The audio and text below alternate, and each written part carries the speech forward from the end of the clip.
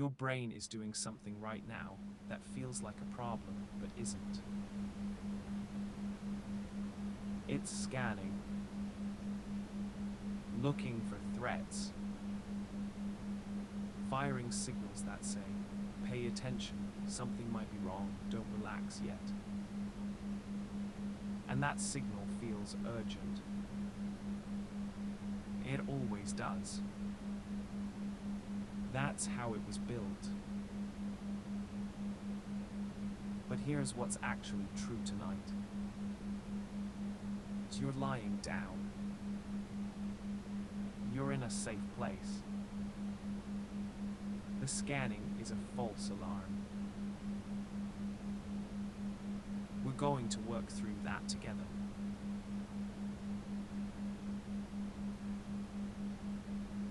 The structure you need to know about is called the amygdala. Two of them actually, one on each side of the brain, deep in the temporal lobe. Small, about the size of an almond each. But they run a disproportionate amount of your life, especially at night. The amygdala's job is threat detection. It's fast, it's always on, and it doesn't think, it reacts. Before you're even consciously aware of something, the amygdala has already assessed it, already sent a chemical signal, already started the cascade that tightens the body and sharpens the attention and narrows the focus toward what might be dangerous. That's an extraordinary system to have. In the right context, it saves lives. In the wrong context, lying in the dark at night, with nothing actually threatening, it just makes sleep impossible. Here's the part that matters. The amygdala doesn't take orders from logic. You can't think your way past it. You can't reason with it. But you can communicate with it in the language it does understand, which is the language of the body. Heart rate, breath pattern, muscle tension, temperature. These are the signals it reads. And if we change those signals, it starts to stand down. So that's the plan.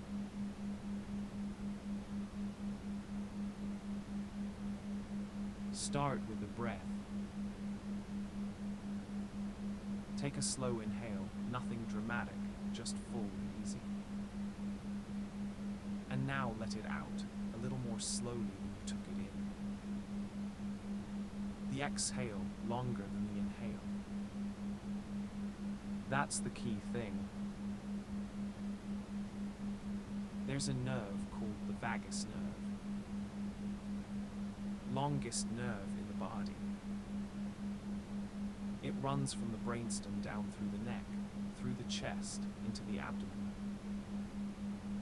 The vagus nerve is the main highway of the parasympathetic nervous system, the system that slows the heart, drops the blood pressure, quiets the amygdala. When the exhale is longer than the inhale, the vagus nerve activity increases. The heart rate slows. The amygdala gets a signal. The body is not in emergency mode. That's not a metaphor. That's physiology. And it works whether you believe it or not. So breathe that way. Inhale full and slow.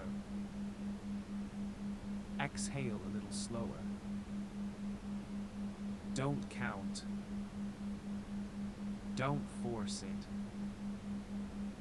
Just let the exhale have more time than the inhale.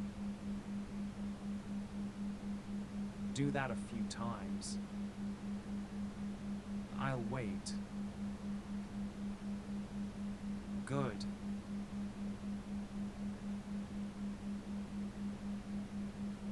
let's work through the body. The amygdala reads the body's posture and muscle state as much as it reads the breath. A body that's braced and tense is a body in threat mode. A body that's heavy and released is a body that's safe. We're going to shift the reading. Feet first. Let them be heavy. Both feet. Whatever warmth or coolness is there, just feel it. The weight of the foot pressing down. The toes uncurling. The heels settling. Calves and shins. Let them stop holding. They've been bracing all day. They don't need to brace now. Let them soften into the mattress. The thighs. Big muscles. Let them be heavy. Feel the contact with the surface. Full contact. All that weight surrendered. The legs are done for the night. The hips. The pelvis. Let it settle back. The lower back releasing whatever tension it's been holding. Not forcing it flat, just letting it ease. Notice the body now from the waist down. It's heavy. Still. Not ready to move anywhere. That's the posture of rest. The amygdala is reading that.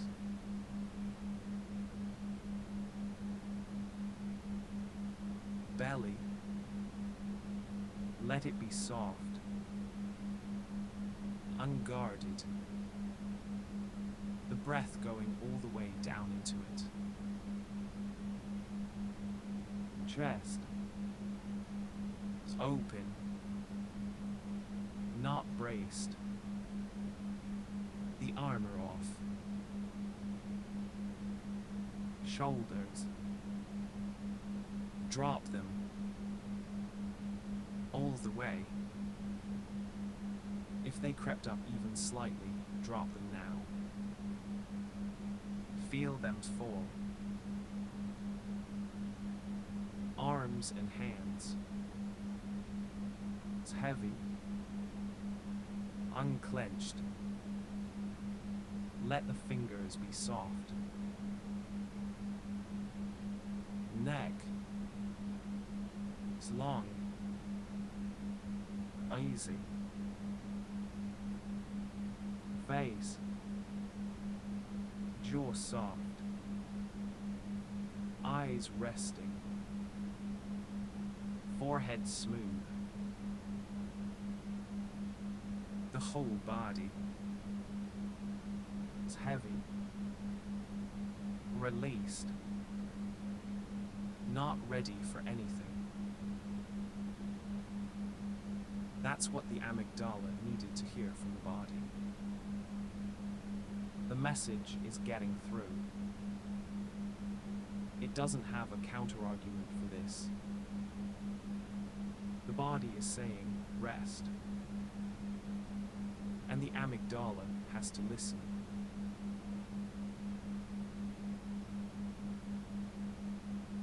Now let's address the thoughts. You have thoughts running right now. Some of them feel urgent. The amygdala produces urgency to keep you engaged. It's a retention mechanism. Stay alert, stay alert. Keep thinking about this. Don't let it go. The thoughts themselves aren't the problem. What keeps people awake isn't the presence of thoughts, it's the engagement with them.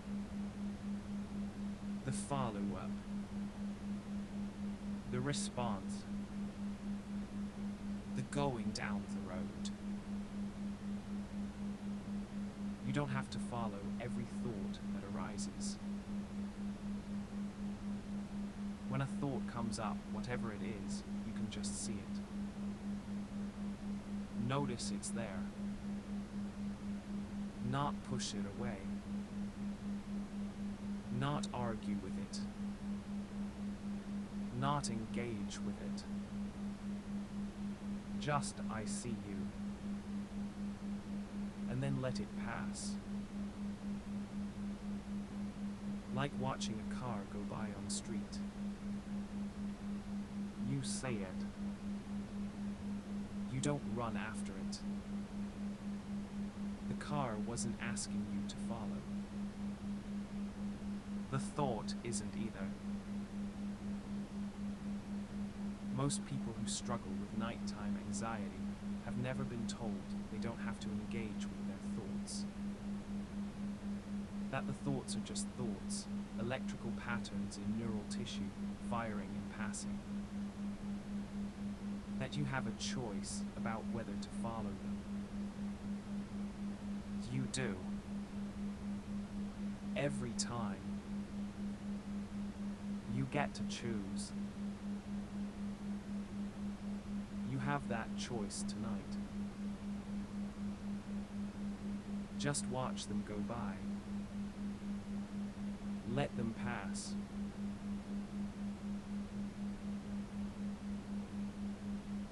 Here's something worth understanding about the amygdala's relationship to nighttime specifically. During the day, the prefrontal cortex, your reasoning, planning, executive function brain, acts as a regulator for the amygdala. It's a governor. When the amygdala fires, the prefrontal cortex often evaluates the signal and determines, not an actual threat, stand down. This dampening effect is what lets most people function during stressful days without constant anxiety. At night, that regulation changes. The prefrontal cortex is metabolically expensive. As the body prepares for sleep and cortisol drops and melatonin rises, the prefrontal governor becomes less active. The amygdala has more runway. That's why fears and worries feel bigger at night. It's not that they're objectively more threatening after dark. It's that the regulatory system is offline. Knowing that is useful. When a worry feels enormous at 2 a.m. and you can't figure out why, now you know why. The prefrontal cortex isn't fully engaged. The amygdala has free rein. The magnitude of the feeling doesn't correspond to the actual size of the problem. The problem is the same size it was at noon. The regulation is just lower. So when the alarm feels very loud tonight, try to hold that. This is the amygdala with reduced regulation, not accurate threat assessment. File it for morning when the governor is back online. The morning version of you will handle it better than the midnight version can.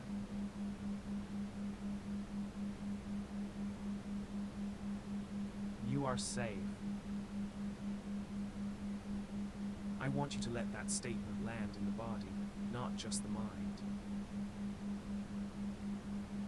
When I say safe, I mean the body is safe.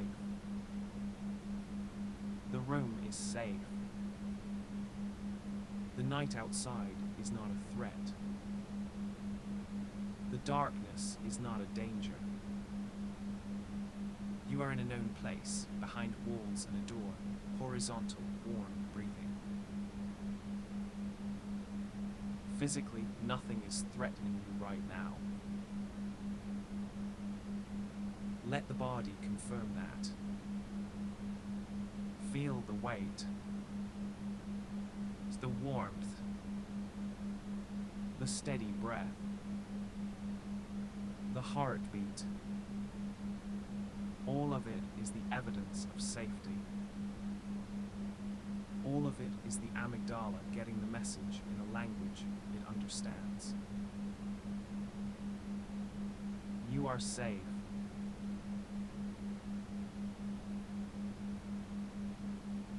Let's go through a few more things the amygdala needs to hear. Tonight is already handled. The night is here. It's happening. You don't need to manage it. It's unfolding on its own schedule, and it doesn't require your supervision. The world is running without your input right now. And it's fine. Tomorrow will be handled tomorrow. Every problem, every task, everything you're turning over right now, all of it will be met by a version of you that's asleep. That version is more capable, more resourceful, more accurate than the exhausted version lying here trying to solve everything at midnight. The best preparation for tomorrow is to stop preparing and rest. Your body knows how to sleep. You've been doing it your whole life. Thousands of nights. The system works. What disrupts it is interference, the mind trying to manage a process that doesn't need management. Get out of the way and the system runs itself. Trust it. Nothing is required of you tonight. Not vigilance.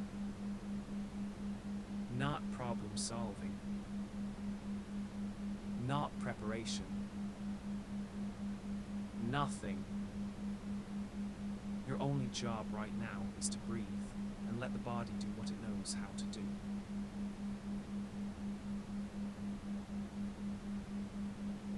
Take a full breath in. Hold it for just a moment at the top. And then let it all the way out. All of it. Let the lungs be empty for a moment before the next breath comes. In that space at the bottom of the exhale, before the next inhale, that's one of the quietest moments your nervous system will experience. The amygdala gets a brief window of reduced signal. Just emptiness. Just rest. The alert system can't quite maintain its charge in that pause.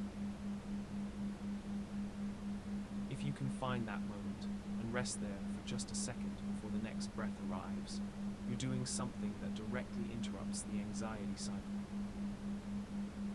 Every pause at the bottom of the exhale is a reset. You sit. Try it again. Full breath in. Hold. And all the way out. And rest there at the bottom. Feel the quiet there. And let the next breath come when it wants to.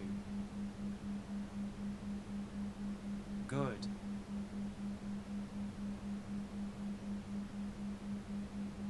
Your body temperature is dropping right now. That's a sleep signal. The core body cools before sleep as the peripheral blood vessels dilate. Your hands and feet warm up as the core cools. If your feet feel warmer than they did when you started, that's the body moving towards sleep. It's already happening. Without you doing anything. The body is doing its part. Your eyelids are probably heavier than they were. That's melatonin rising. The photoreceptors have been in darkness. The pineal gland has been secreting melatonin for a while now, and the sleep pressure has been building since the last time you were awake. Adenosine, the sleepiness molecule that accumulates during waking hours, has been building all day and is peaking right now. Your body chemistry is working for you tonight. The biology is on your side, not against you. The amygdala is the thing that's been working against you, and we've been systematically giving it better information all night. It's quieter now than when you started. You may not feel the difference dramatically, but it's there. The signals are different. The body is sending different data. The amygdala is receiving it.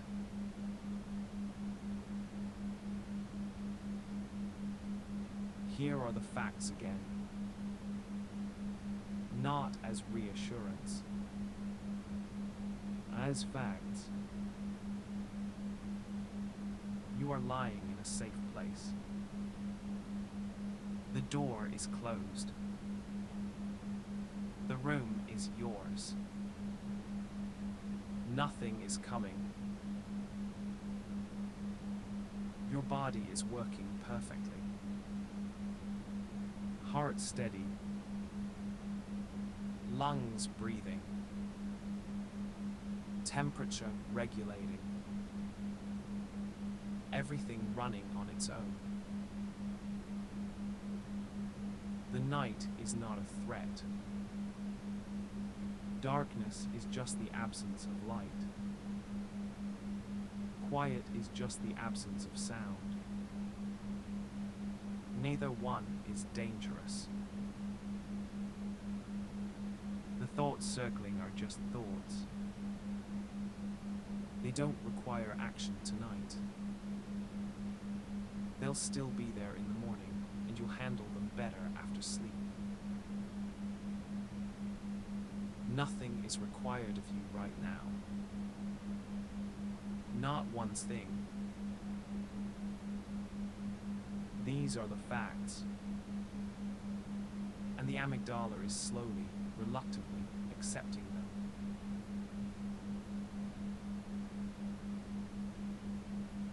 Let the body be heavy. Let it sink. Let the breath be slow. In and out. Let the thoughts pass. Just watch them go. Let the quiet be what it actually is, which is just quiet. Not threat. Just quiet. The amygdala has been getting false alarm after false alarm tonight, and each one costs you energy, costs you rest. But with each exhale, with each released muscle, with each thought you let pass without following, you're reducing the signal. You're telling the amygdala, nothing here. Nothing here. Nothing here. And gradually, it will believe you. It already is.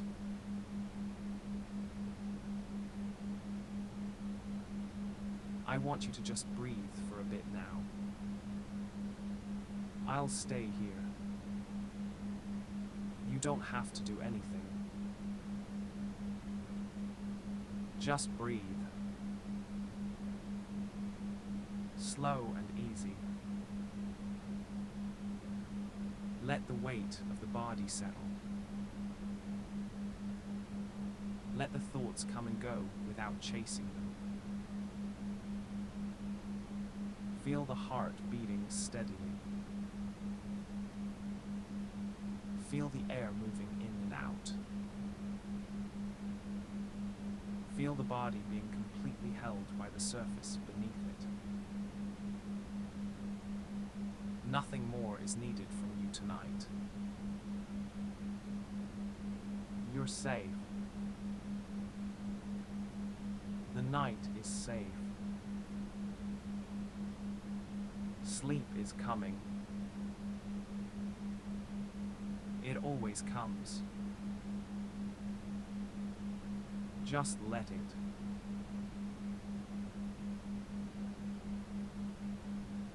Good. Rest. Just rest.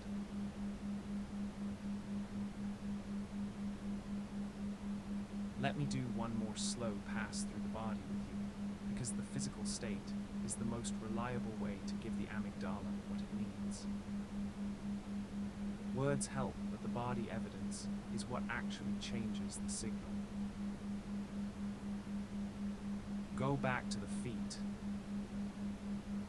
Check in. Are they heavy? Are they warm? Is there any remaining tension there? Just breathe into it. Let it go. The calves. Notice them. Whatever's there, just let it ease a little more. You may find that even though you released them earlier, a little tension crept back. That's normal. Just release it again. Each release counts. The thighs. The hips. Let the pelvis feel as heavy as it wants to. No holding. No bracing. Just weight and gravity and the surface catching you. The lower back. The belly. The chest. All of it soft and easy. There's no armor. No bracing. Just the body being a body. Breathing. Resting. The shoulders. Check them. Drop them again if they need it. They might. That's fine. Just drop them. The face. The jaw. The eyes. All soft. All still. The whole thing.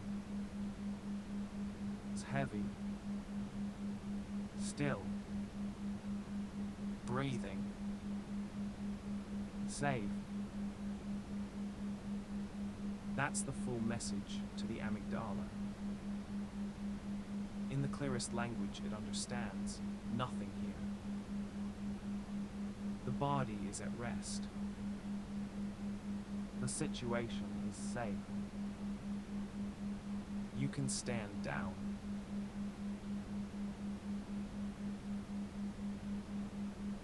And it is standing down.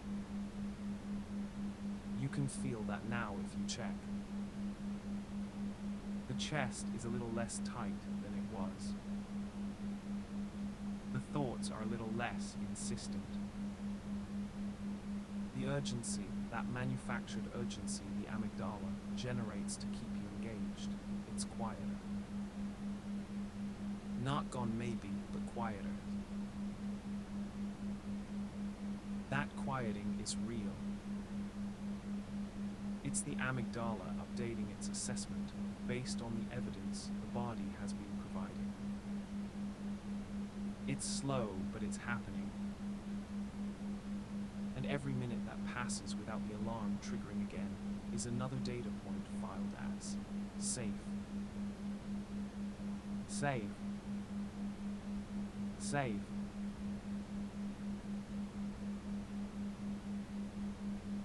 A few more things worth saying before I let the quiet take over. The amygdala is a learner. That's actually the most useful thing to know about it. Every night that you lie down and move through a process like this one, attending to the body, slowing the breath, offering the system safety information, you're giving the amygdala new training data. You're adding evidence to the file labeled nighttime / this room / this bed, and the evidence says, safe. Nothing happened. Rest was possible. The amygdala's firing threshold is plastic. It changes based on what it learns. In the short term, tonight's quieting is temporary. The amygdala will return to something like its baseline by tomorrow night. But if you do this consistently, the baseline itself shifts. The threshold for firing lowers. The alarm system recalibrates toward accuracy. Sleep becomes easier, not just tonight, but progressively. The practice compounds. That's worth knowing. It makes tonight matter beyond just tonight.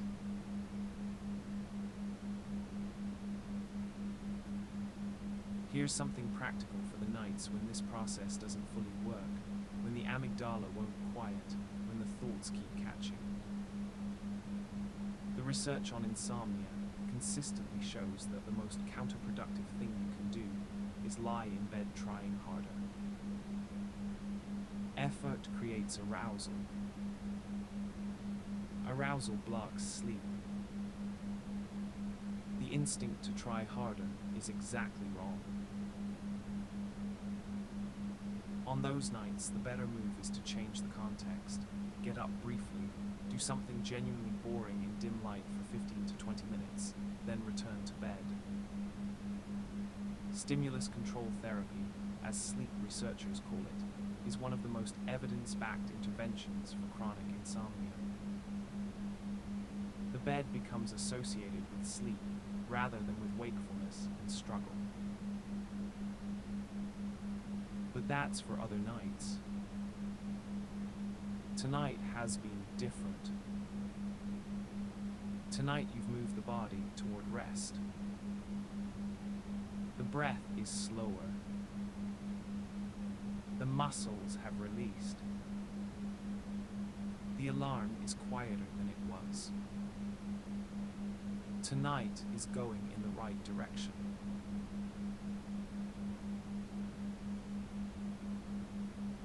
Feel where you are right now. The weight of the body. The slow breath. The quiet. Compare it to where you were when you started. Something has shifted. The body is in a different state than it was. That shift is real and it's yours. You did that. From here, the only task is patience. Sleep comes on its own schedule, but it comes reliably. The biological conditions for sleep are all present. The adenosine is high, the melatonin is rising, the core temperature is dropping, the muscles are released, the breath is slow. Everything that needs to be in place is in place. You don't have to manufacture sleep. You've already removed the obstacles to it. Now just stay in this relaxed, heavy, slow-breathing state and let the system do what it does. It will. It always does.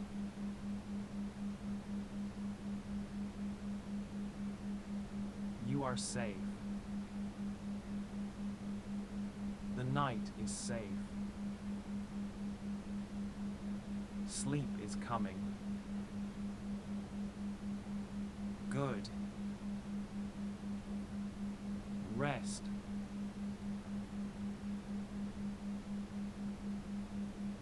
I want to add something before we're done. Something about the experience of nighttime anxiety that doesn't get said often enough. Most people who lie awake at night, fighting the amygdala, have been told, in one form or another, that they should just relax. That they are overthinking it. That they need to stop worrying. As if the instruction to stop worrying were itself capable of producing the absence of worry. It doesn't work that way. You know it doesn't. If it worked, you wouldn't be here. What we've been doing tonight is different. We've been working with the amygdala's actual operating logic. Not telling it to stop. Not arguing with it. Not suppressing its signals. Instead, we've been changing the inputs it uses to assess the situation. Body inputs. Breath inputs. The accumulated evidence of a body that's been lying still, breathing slowly, releasing its tension for close to an hour now. That evidence is real. And the amygdala is a slow learner, but an honest one. It updates based on evidence. Tonight we gave it different evidence. And here's what that means for future nights. The more often you do this, the more often you change the body evidence during the amygdala's nighttime scan, the more the amygdala's baseline expectation shifts. It's not quick. It's not dramatic. But it's cumulative. Brains learn from repetition. This kind of calm, repeated exposure to the experience of nighttime safety is the most evidence-based approach to reducing nighttime anxiety that exists. It's the core of what sleep researchers and CBTI therapists teach. You're doing the work. Tonight is part of a longer process. And the longer process is working.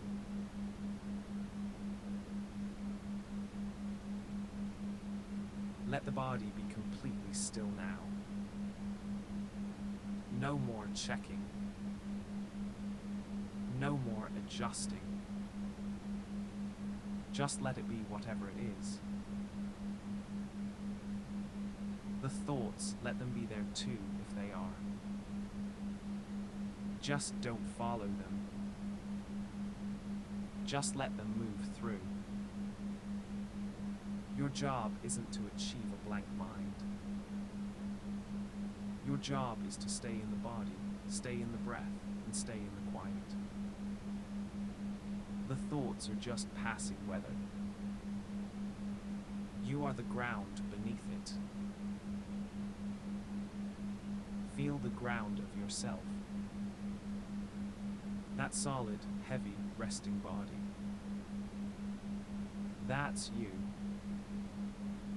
That's the stable platform beneath all the weather. And from that ground, sleep rises naturally. It rises the way morning comes, not because you made it happen, but because you stopped preventing it.